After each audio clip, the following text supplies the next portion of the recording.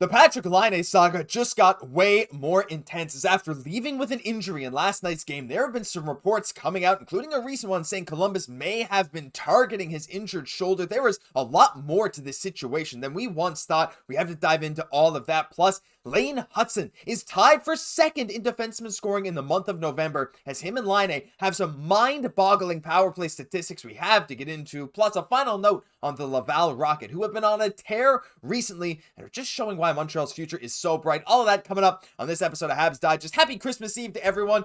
Guys, thank you so much for watching our channel. All I'm going to ask right now, if you wouldn't mind leaving a like for Christmas, celebrate with each other, celebrate happy holidays with everyone else. We are really, really glad to have you here. Jesse, let's hop right into the video. And we got some Christmas cheer right off the bat with the Laval Rocket. Have they ever been on a tear? They've been near the top 5 in the AHL all season long. They're currently 3rd in the entire league. They're 3-0-0 in their last 3 games. They're 5-4-1 in their last 10.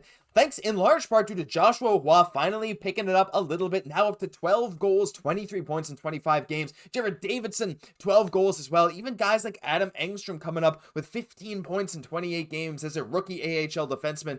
Look, I know Montreal has had their ups and downs. That game yesterday was a pretty rough one, but to see Laval succeeding constantly throughout this entire season has been really, really amazing.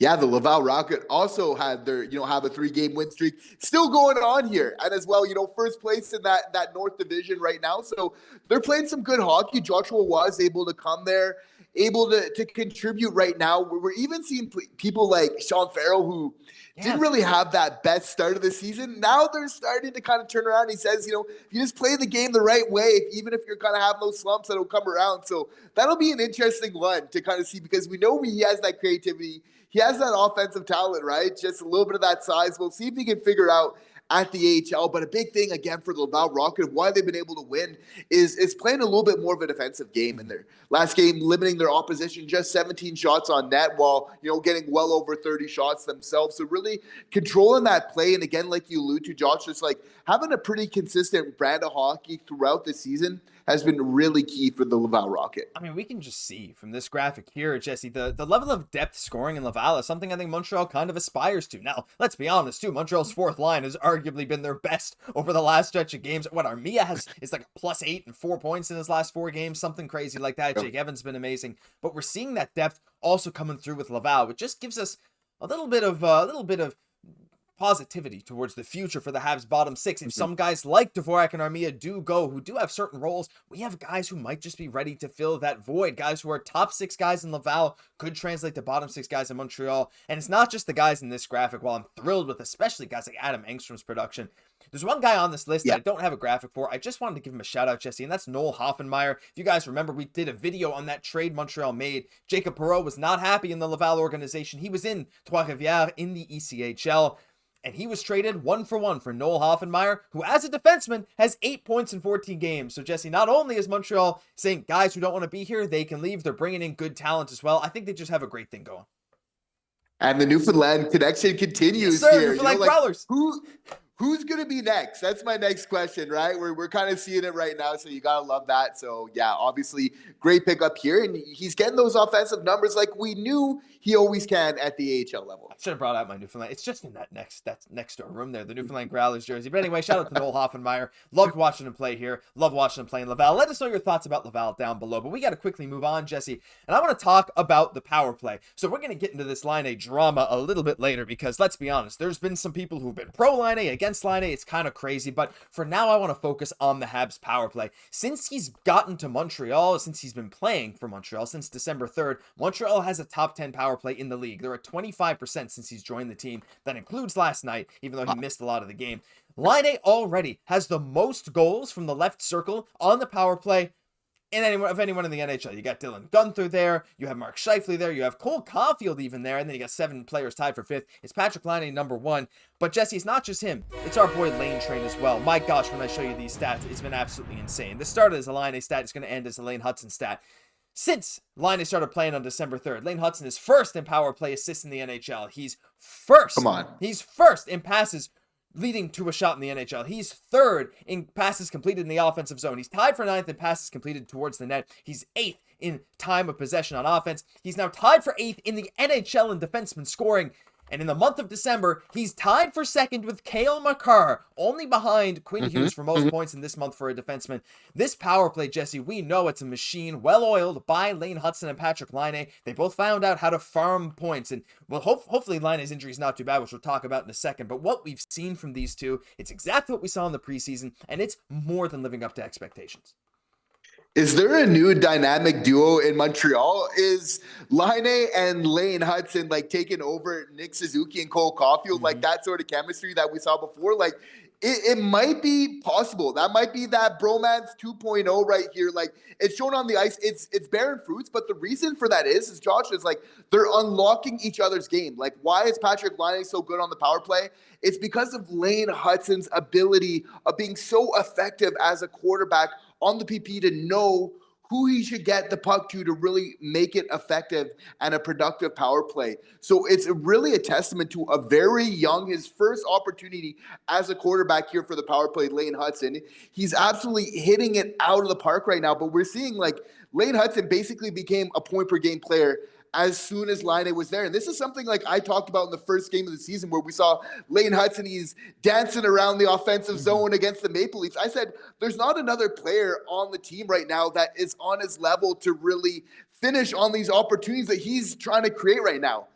Now Patrik Laine enters the chat, very much capable with that shot of finishing these opportunities. So now it's just a question of them getting better. If this is how good they are right at the beginning, the Calder race is wide open for Laine Hutson because Patrik Laine is that X factor, that chemistry that they're having right now. Like, if this is the amount of points, and now we're seeing the goals starting to enter the equation as well, he is just starting to get hot, ladies and gentlemen. So that's why I expect we can feel a lot more from him very soon. Yeah, like, that's the thing. Like, Laine Hutson's just now picking it up. He's on a 5-game point streak. He has 12 games out of his last 13 where he's registered a point, and I think it's like 15 points in those last 13 games. He has been unreal, of course, scoring a goal last night, which was amazing. This power play, even though it's top 10 in the league, which is, still good. It's not like it's number 1 or anything, but for where Montreal is in the standings, for what they have, for this team that's still looking towards the future, to see these signs with these players, these dynamic duos, it's looking incredible. So leave your love for Laine Hutson and Patrik Laine down below because they honestly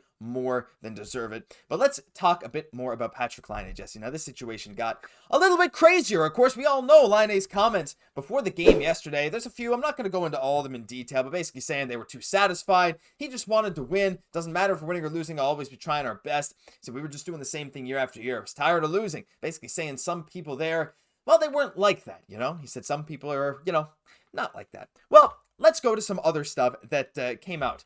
So, first of all, after that game last night, Jesse, now, look, I, for one, it seemed like Columbus was being overly physical with Laine. Laine was maybe overly physical with them, too, finishing their checks, to say the least. And at the intermission, Marc Denis asked Matthew Olivier, are you targeting him? Matthew Olivier simply said no comment. And then Zach Werenski after the game, you can pause and read this if you want. You don't need to. Basically saying, what's he thinking saying that? It's just incredible. I've got no more time for that. I don't want to talk about him anymore. He said, I think it's unacceptable. Whatever he's dealing with, he didn't finish the game, couple hits, and yeah, I don't know what happened. So Werenski coming out and basically saying, I don't know. I don't want to talk about Laine. I think that's crazy that he said that.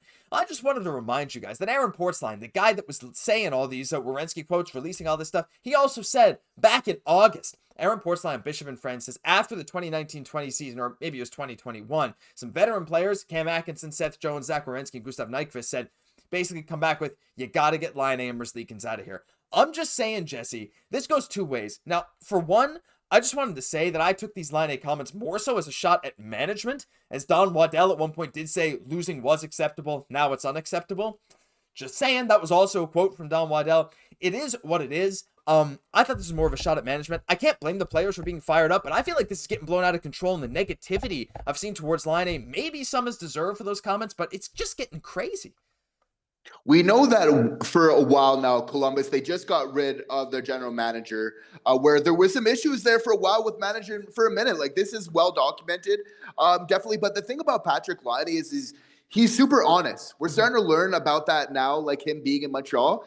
And you know what? Maybe honest, like, to a fault. But I'd much rather, Josh, like, have a player that's like that can just assess his level of play. Like, even when he's scoring and getting goals, he's like, yeah, I can do better. Like, it's not just like on Columbus, he just holds himself to high standards of what he expects, is good hockey. That's why he's been able to achieve so much. And that's a thing where we're going to have to get used to that with Patrik Laine in Montreal. And to be honest, I find it quite refreshing sometimes. And I think it even will be a good effect, like with the media kind of over time, where we know that the lights are hot in Montreal, but like, just being honest, he's going to win them over. And if he's able to win that media over, he's going to make friends with them. It's just going to help his game that much more. I think, like I get where Columbus being a little bit upset. Nobody wants to hear that. Same time, I don't think that Patrik Laine is saying that unless he really feels that way. Like the proof is in the pudding with Columbus. They haven't had success in a minute. Like the whole thing with Patrik Laine when coming to Montreal, he said like, I want to start being successful. Like I'm getting a little bit longer in the tooth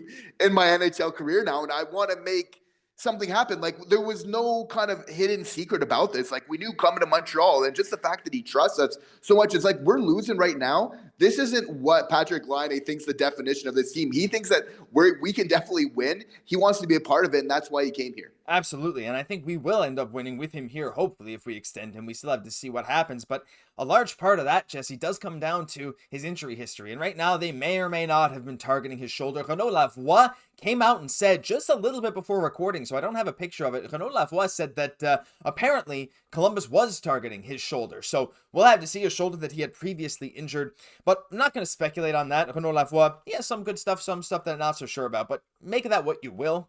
Might believe it, might not. Just a reminder of what Mathieu Olivier said. But the big thing, Jesse, is the implications going forward. Now, right now, with Laine out, we still don't have an update. Martin St. Louis, after the game, said that he had to talk to Ramage to see what's going on with the damage. Haha, that rhymes. And anyway, taking a look at the schedule going forward, Jesse, we got a back-to-back on the 28th and 29th here versus the Panthers, versus the Lightning. Two tough games. Then we got the Golden Knights. Then we got the Blackhawks. But then we got the Avalanche, the Canucks, the Capitals, and the Stars. This is an incredibly tough stretch coming up with only that two home games here. One on January 6th, one on the 11th.